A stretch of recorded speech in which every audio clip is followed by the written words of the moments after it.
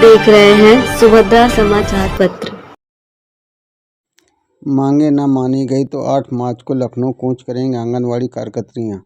फतेहपुर जिले में आंगनवाड़ी संयुक्त मोर्चा उत्तर प्रदेश संघ कार्यकर्त्री और सहायिकाएं एक बार फिर अपनी विभिन्न मांगों को लेकर नहर कॉलोनी परिसर में एकत्र होकर कार्यकर्त्रियों ने सरकार के खिलाफ प्रदर्शन करते हुए कलेक्ट्रेट पहुंचकर जिलाधिकारी के माध्यम से मुख्यमंत्री के नाम ज्ञापन सौंपा।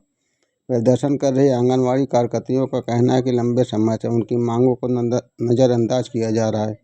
आंगनवाड़ी संयुक्त मोर्चा की ओर से सौंपे गए ज्ञापन में चेतावनी दी गई है कि यदि 7 मार्च तक सरकार ने उनकी मांगों पर कोई ठोस निर्णय नहीं लिया तो 8 मार्च को प्रदेश भर के आंगनवाड़ी कार्यकर्त्रियां लखनऊ कूच करेंगी। आंगनवाड़ी संघ की जिला उपाध्यक्ष यहाना परवीन ने बताया कि कार्यकर्त्री और सहायिकाएं सरकारी कर्मचारी का दर्जा प्राप्त मानदेय के स्थान पर वेतनमान, पेंशन, ग्रेजुएटी, भविष्य निधि और 65 वर्ष में सेवानिवृत्ति, साथ ही पोषण ट्रैकर के लिए मोबाइल फ़ोन, डाटा भत्ता और ऑनलाइन कार्य के लिए आवश्यक सुविधाएं उपलब्ध कराई जाने की भी मांग रखी गई। संयुक्त मोर्चा ने आरोप लगाया कि आंगनवाड़ी कर्मियों से गैर विभागीय कार्य कराए जाते हैं और कई बार राजनीतिक कार्यक्रमों में भी जबरन लगाया जाता है, जिसे तत्काल बंद किया जाए।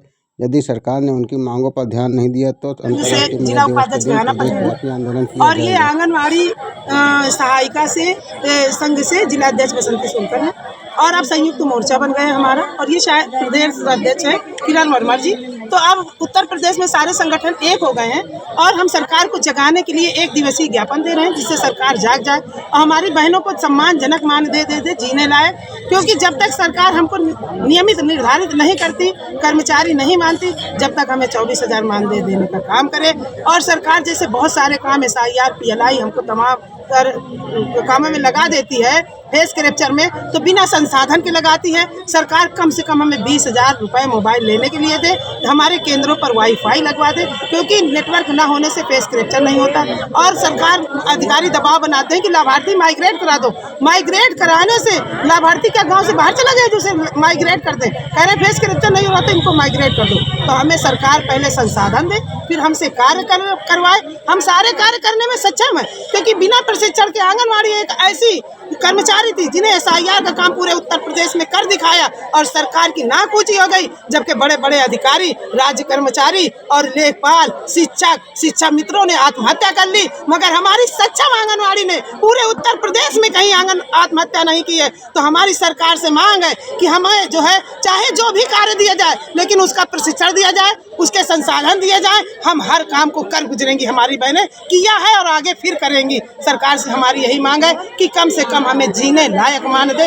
एक श्रमिक मजदूर के बराबर तो मजदूरी दे दे। सरकार हमें अर्ध श्रमिक का मान दे रही है। सरकार कहती है अपने सहयोगी मैंने, योगी मोदी जी कहते हैं सहयोग से काम करती हैं, जबकि हमारे बहनों से जबरन ड्यूटी BLO में लगाई जाती है। जबरन ड्यूटियां लगाकर जब दबाव बनाकर अधिकारी कार्य करवाते हैं। छोटी सी नौकरी जिसमें 4500 हमको केंद्र सरकार दे रही है और रोज धमकी मिलती है कि आपको निकाल दिया जाएगा। अरे निकाल दे, एक तो भैंसी पाल ले, 6,000 रुपया महीना कमाइए दूध बेच के, भाई जिसको निकालने का शौक है निकाल दे।